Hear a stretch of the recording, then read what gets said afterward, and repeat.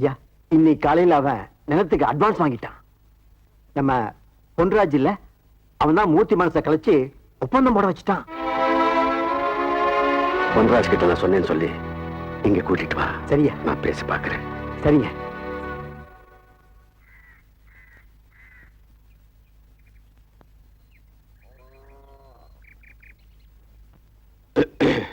வாங்க வாங்க சித்தப்பா. என்ன பொன்ராஜ், வீட்டு பக்கம் வரமாட்டேன்னு ரங்கன் கிட்ட சொன்னியாமே? அது நீங்க தானே சித்தப்பா வீட்டு வாசப்படியே நான் மதிக்க கூடாதுன்னு சொல்லிட்டீங்க. அதான். அவ்வளவு சொல்லியும் நீ தெரிஞ்சில்லையே. என்ன சித்தப்பா சொல்றீங்க? நான் சூதாட்டத்துல தலைமுறை ரொம்ப வருஷம் ஆச்சு. நம்ம ஊர்ல சாராய ஃபேக்டரி வரத்துக்கு நீ தான் நிலத்தை முடிச்சு கொடுக்குறியாமே. இதுக்கு போய் எதுக்கு சித்தப்பா டென்ஷன் ஆகுறீங்க? சாராய ஃபேக்டரி தான் வரப்போகுது, அணுகுண்டு ஃபேக்டரி இல்லையா? பாருங்க, 1 லட்சம் ரூபாய் நிலத்தை நம்ம வேலாயுதம் பிள்ளை 3 லட்சம் ரூபாய் கொடுத்து வாங்குறாரு. இதனால நம்ம ஜனத்துக்கு பணத்துக்கு பணம், சாராய ஃபேக்டரியில வேலைக்கு வேலை. இதை விட நல்ல காரியம் வேற என்ன சித்தப்பா? சாகுபடி நிலத்துல சாராய ஃபேக்டரி வைக்கிறது உனக்கு அநியாயமே தெரியல? எனக்கு ஒன்னும் அநியாயமா படல சித்தப்பா. எப்படி நமக்கு பரம்பரை பரம்பரையா விவசாயம் தான் தொழிலோ, அது மாதிரி அவங்களுக்கு பரம்பரை பரம்பரையா சாராயம் தான் தொழில். நீங்க தான் சித்தப்பா அடிக்கடி சொல்லுவீங்க செய்யும் தொழிலே தெய்வம் அப்படின்னு. அதான் நான் வெறும் புரோக்கர், என்னால எதுவும் செய்ய முடியாது. வேணா நாளைக்கு நேரம் உங்களை கூட்டு போறேன், நீங்களே வேலை நேரடியாக ஒரு வார்த்தை பேசிடுங்க. வாங்க.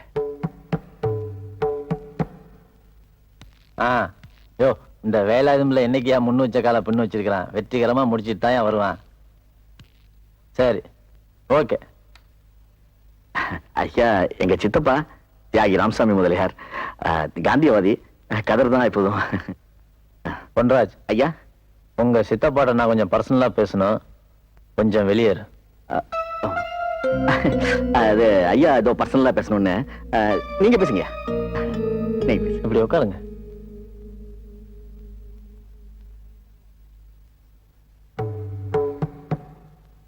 சொல்லுங்க ஐயா, என்ன உங்களுக்கு பிரச்சனை?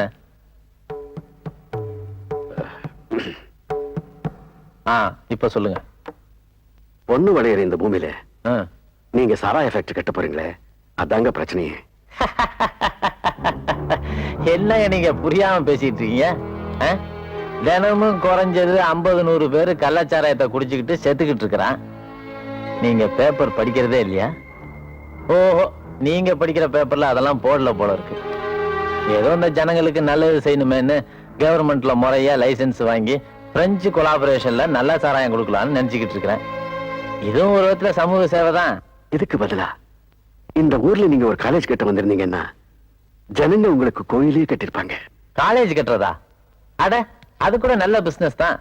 ஆனா சரஸ்வதியை வைக்கிறத விட சாராயத்தை வைக்கிறது ரொம்ப கௌரவம்னு நினைக்கிறவனா. அப்போ உங்க முடிவுல எந்த மாற்றமும் இருக்காதா? மாற்றமா? இந்த வேலாயுதம்ல எடுக்கிற எந்த முடிவிலுமே மாற்றம் இருக்காது. சரி, வீடு தேடி வந்திருக்கீங்க, நீங்களே ஏமாறக்கூடாது. எல்லாத்துக்குமே ஒரு விலை இருக்குங்கிறது என்னோட அனுபவம்.